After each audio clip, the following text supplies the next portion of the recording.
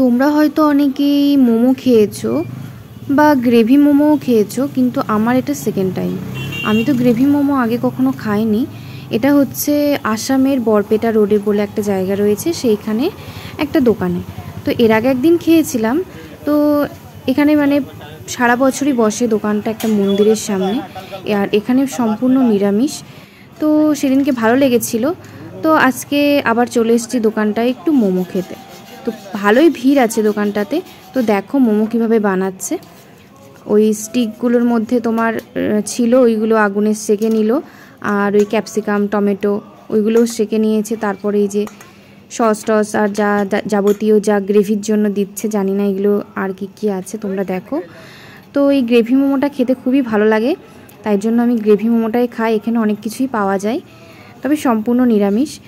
আর তাছাড়া আগের দিন যে মোমোটা খেয়েছিলাম সেখানে গ্রেভিটা বেশি পরিমাণে দিয়েছিল বলে আমার কাছে বেশি ভালো লাগছিল, কিন্তু আজকে জানি না কেন একটু গ্রেভিটা কম দিয়েছে।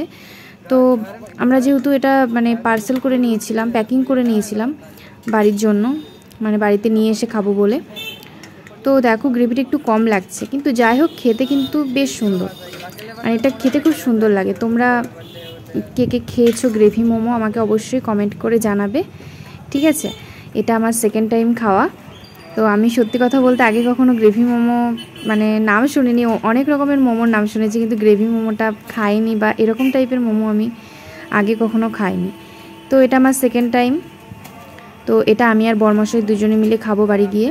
এটার দাম 70 টাকা নিল। এটাতে 8 পিস মতো আছে মোমো।